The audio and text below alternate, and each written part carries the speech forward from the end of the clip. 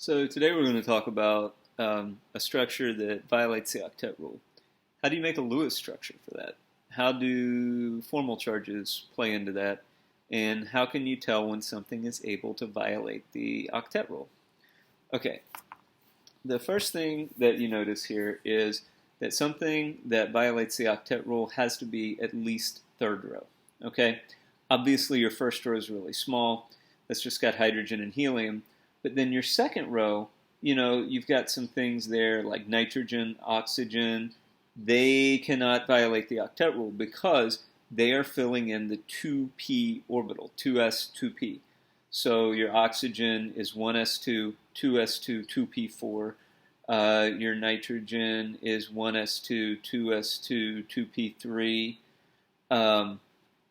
And those are not able to violate the octet rule because they are filling in that second orbital and they don't have access to the d orbital, which you need to be able to open up to, so you need to be at least in the third row. So when we're looking for things that, common things that violate the octet rule, we're thinking sulfur, we're thinking phosphorus, and things that are down in that third row, okay? So for example here, I've got phosphorus, and then I've got 5 fluorines on it, so phosphorus pentafluoride. I'll write that down.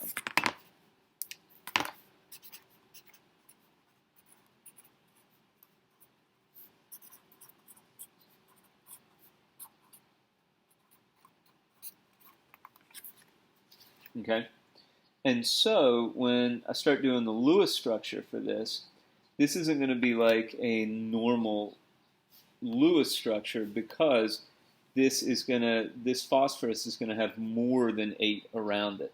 And I know that because, and this is why I chose this one to start out with, is this fluorine, it can only have one bond. And you can't make a chain of fluorides because that would be given it 2 bonds. So if these can only have one bond, there's only one thing it can bond to, which is the phosphorus. So if I add up, the phosphorus has 5 valence electrons, and then the fluorine has 7. I've got 1 phosphorus, I've got 5 fluorines, and so 5 and 35, and that's going to be 40. Okay, so I've got 40 big valence electrons to put on this guy.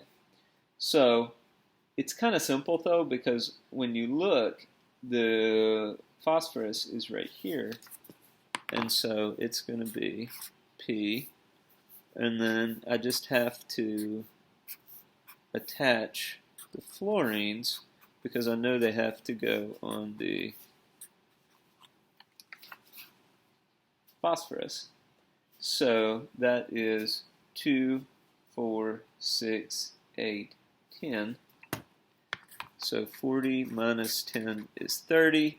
And then I have 5 fluorines, 30 electrons. Each of them gets 6, which is what we would expect since the fluorine only wants to make one bond.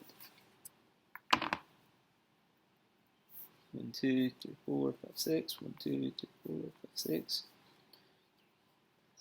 1, 2, 3, 4, 5, 6. Okay, and so this is something that you always need to remember to do, is to put the unshared pairs around something that has it. Now, phosphorus doesn't have any unshared pairs, so he just has these 5 bonds. Now, let's take a look at the formal charge to see if phosphorus is okay with violating the octet rule.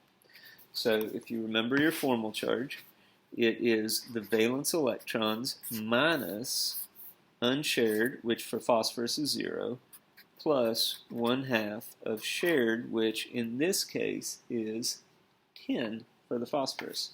So 5 minus 0, in parentheses of course, 0 plus 1/2 of 10, 1/2 of 10 is 5, 5 minus 5 is 0, phosphorus is okay with it. Let's just do the fluorine just for fun, and so 7, fluorine has 6 unshared, it has 1/2 of 2 shared, that is also 0. So you see the 6 unshared here, you see the 1/2 of the 2 shared here, Boom. So that's 6 plus 1, 7 minus 7 is 0. It's a good structure. And that's how you do something that violates the octet rule.